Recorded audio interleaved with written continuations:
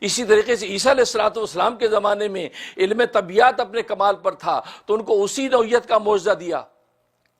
بڑے بڑے لوگ ایسے ایسے علاج کر لیتے تھے، ایسے اطباء موجود تھے کہ کوئی بیماری ایسی نہیں تھی جس بیماری کے علاج اس وقت کے اطباء کے پاس موجود نہ ہو. لیکن موت کا کسی کے پاس کوئی علاج نہیں تھا. اللہ تبارک و تعالی نے اس نبی کو ایسا معجزہ دے دیا جو مردے کو زندہ کر دیتا. وقت کے اطباء نے کہا کہ نہیں یہ خدا کا پیغمبر ہے، یہ کوئی عام انسان نہیں ہے. اگر ہمارے جیسا یہ بھی طبیب ہوتا تو پھر یہ ہم بھی جو ہے وہ مردوں کو زندہ کر لیتے. یہ مردوں کو زندہ کر لیتا ہے، اس کے پاس تو کوئی ایسا کوئی کمال موجود ہے کہ یہ ایک اللہ کے نام پر مردے کو زندہ کرتا ہے تو واقعی اللہ کا پیغمبر ہے. مٹی کی چڑیا بناتا، اس میں اللہ کا نام لے کے پھونکتا ہے، مٹی کی چڑیا اڑنے لگتی ہے. ظاہر اس وقت کے لوگ اسی طرح کے کمالات دکھاتے تھے.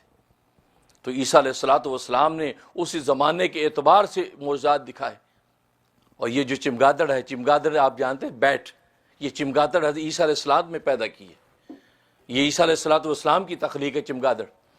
یہی وہ پرندہ تھا جس کو مٹی بنا کر آپ نے چھوڑا ہے تو یہ پرندہ بن گیا اور یہ اڑنے لگا. تو یہ چمگادڑ حضرت عیسیٰ علیہ السلام کی تخلیق ہے.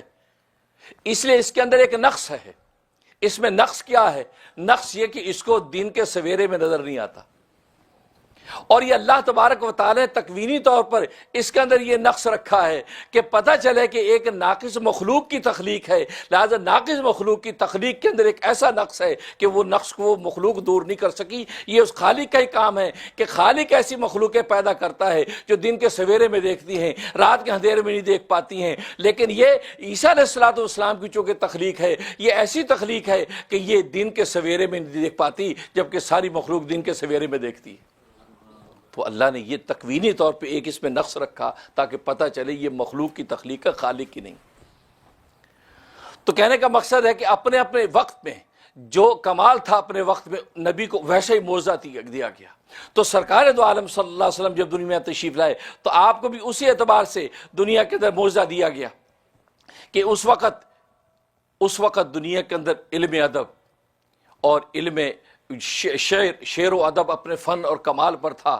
تو اللہ تبارک و تعالی نے آپ کو بھی معجزہ ویسے ہی دیا کہ آپ کو قرآن کریم کا معجزہ عطا کیا کہ جو ایسا کلام تھا کہ وقت کے بڑے بڑے ادیب، وقت کے بڑے بڑے شاعر، بڑے بڑے فصحا وہ اس کے سامنے بے بس نظر آتے تھے. وہ سوچتے تھے کہ یار یہ کلام اگر کسی بشر کا ہوتا تو یہ ہمارے علم میں بھی ہوتا، ہم ایسا کلام بنا سکتے تھے. لیکن جب ایسا کلام ہم نہیں بنا سکتے، اور یہ نبی امی جو کسی کا شاگرد بھی نہیں ہے، اس کا کوئی استاد نہیں ہے، اس نے کسی سے پڑھا بھی نہیں ہے، 40 سال سے یہ ہمارے درمیان رہتا رہا ہے، کوئی اس کا استاد نہیں، نہ اس کا باپ اس کے سر پر تھا کہ باپ نے گھر میں اس کو پڑھایا ہو، نہ اس کا دادا اس کے اوپر اتنا رہا کہ دادا نے اس کی تعلیم و تربیت ایسی کر دی ہو. تو گویا کہ اس نبی کی زبان سے 40 سال کے بعد ایسا کلام صادر ہو رہا ہے تو یقیناً یہ خدائی کا بھیجا ہوا کلام ہے، انسان کا نہیں ہے.